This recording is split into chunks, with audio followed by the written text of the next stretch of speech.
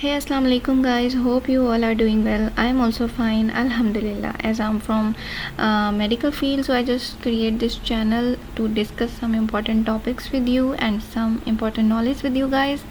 So let's start.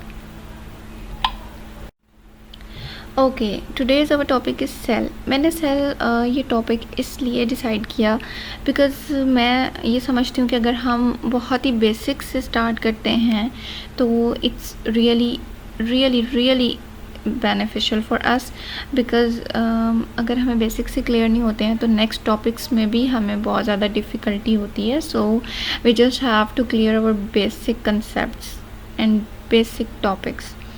Okay, what is cell, what are cellular structures and how they functions.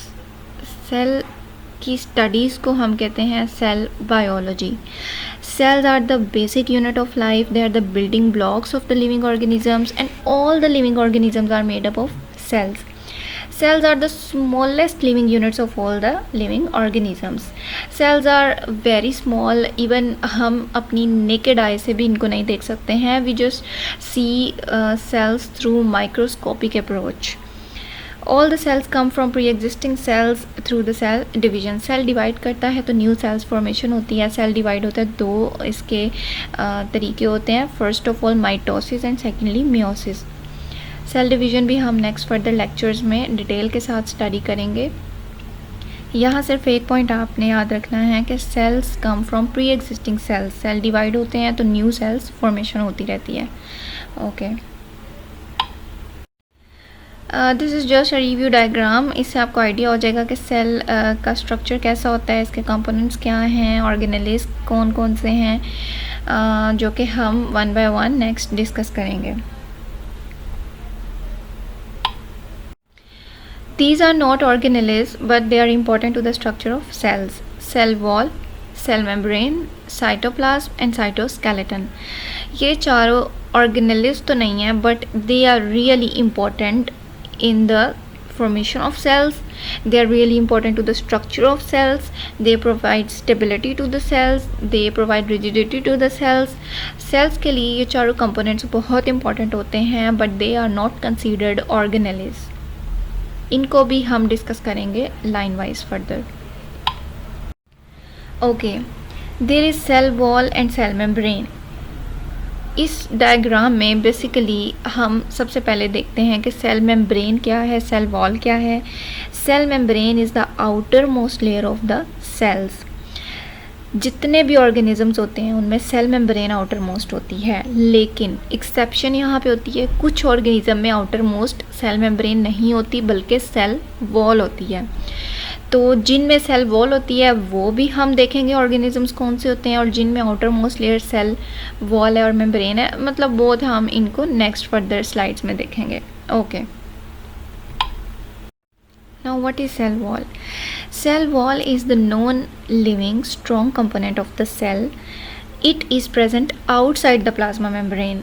Cell membrane हमने पढ़ा था, जो कि जितने भी ऑर्गेनिजम्स होते हैं उनकी आउटर मोस्ट लेयर होती है सेल मेम्ब्रेन. सेल मेम्ब्रेन को हम प्लाज्मा मेम्ब्रेन भी कहते हैं, और प्लाज्मा मेम्ब्रेन के आउटसाइड प्रेजेंट होती है cell wall in some organisms, not in all organisms. This is a very basic concept कि सेल वॉल जो है वो फ्यू ऑर्गेनिजम्स में होगी, लेकिन सेल मेम्ब्रेन या प्लाज्मा मेम्ब्रेन हर एक ऑर्गेनिज्म में प्रेजेंट होती है. Cell wall provide shape, strength, protection and support to the inner living matter to the cell. Not all the living organisms have cell wall, like animal और animal like protist के अंदर cell wall नहीं होती. So all organisms do not have cell wall. Okay, next. This is a diagram of cell wall. Cell wall provides support and rigidity to the cell. Plant cells have cell wall, but animal and many animal like protists do not have cell wall. Plants के cells में cell wall होती है, लेकिन animals में cell wall नहीं होती. एक ये differentiation हो गया कि cell wall किन organisms में नहीं होता, cell wall animals में नहीं present होती. Outer layer of plant cell wall is primary wall and cellulose is the most common component in it. Plants की जो आउटर लेयर होती है वो सेल वॉल है, and cell wall is compose of cellulose. कुछ plant cells में like xylem cells में they have secondary wall on the inner sides of primary wall and it is much thicker and lignin and other chemicals are present in it. So ये composition है कि plants में cell wall present होती है, तो अगर वो present होती है तो उसकी कंपोजिशन क्या है, डिफरेंट केमिकल से वो कंपोज होती है like cellulose, lignin and other chemicals. Fungi and many protists have cell wall, although they do not contain cellulose. Their cell walls are composed of variety of chemicals.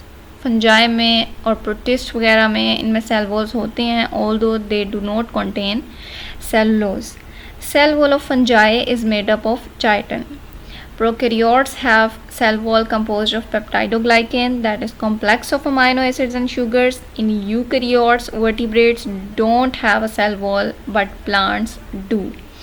Eukaryotes की बात करते हैं तो vertebrates में cell wall नहीं होती, but plants में cell wall present होती है. वर्टिब्रेट्स में क्या आ जाते हैं, एनिमल्स आ जाते हैं. एनिमल्स में सेल वॉल नहीं है, जो कि हम पहले डिस्कस कर चुके हैं. प्लांट्स में सेल वॉल प्रेजेंट होती है.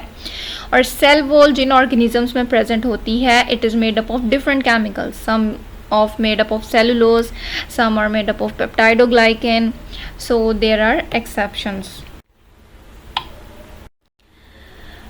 Okay, next is cytoplasm. Cytoplasm भी एक इम्पॉर्टेंट टॉपिक है. Cytoplasm is a semi viscous and semi transparent material substance between plasma membrane and nuclear envelope.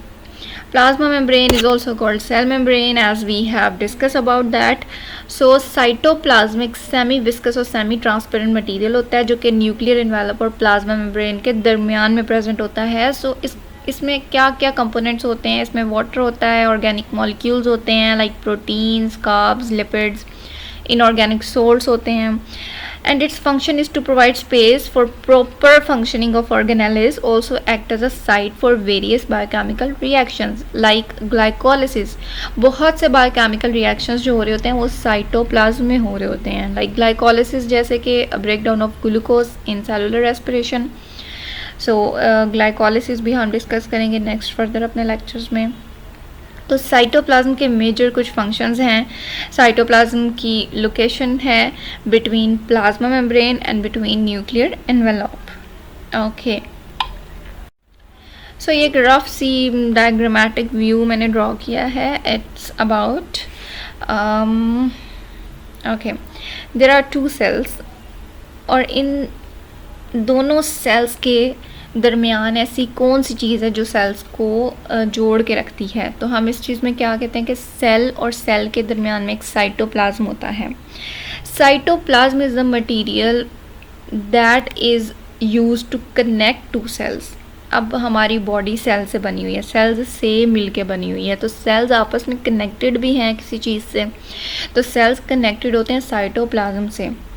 There are pores in the cell wall of adjacent cell. Cell wall होती है, जो outer wall होती है cell की, उसमें pores होते हैं छोटे छोटे. वो पोर्स क्या करते हैं, उन पोर्स का काम बेसिकली ये होता है कि वो साइटोप्लाज्म को कनेक्ट करके रखते हैं, और उन पोर्स को हम कहते हैं plasmodesmata. Okay,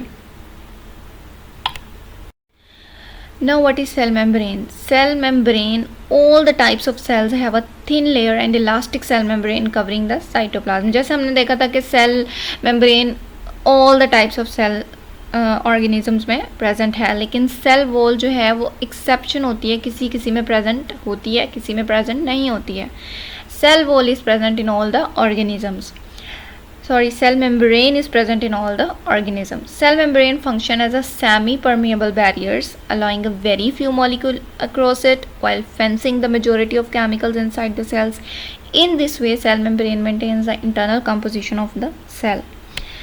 Chemical analysis revealed that cell membrane is mainly composed of proteins and lipids with a small quantity of carbohydrates.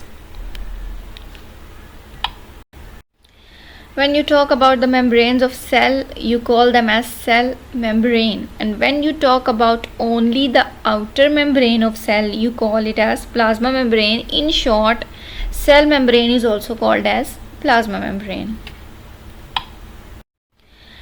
Okay, electronic microscopic examination of cell membrane. अगर हम माइक्रोस्कोपिकली देखते हैं किसी भी सेल मेम्ब्रेन को तो उसका view क्या होता है और उसमें कौन कौन से कंपोनेंट्स प्रेजेंट होते हैं। इसमें हमारे पास आ जाता है according to the fluid mosaic model. Fluid mosaic model, there is a lipid bilayer in which protein molecules are embedded. Fluid mosaic model जब हमने देखा तो उसमें लिपिड बाइलेयर थी। लिपिड बाइलेयर में प्रेजेंट होते हैं प्रोटीन मॉलिक्यूल्स। उसके अलावा लिपिड बाइलेयर में कार्ब्स होते हैं, स्मॉल अमाउंट्स में कार्ब्स होते हैं, और हाइड्रोफोबिक रीजन होता है, हाइड्रोफिलिक रीजन होता है। लिपिड बाइलेयर का फंक्शन है फ्लूइडिटी और इलास्टिसिटी प्रोवाइड करना उस मेम्ब्रेन को। इसकी एक डायग्रामेटिक व्यू मैं आपको शो करती हूँ।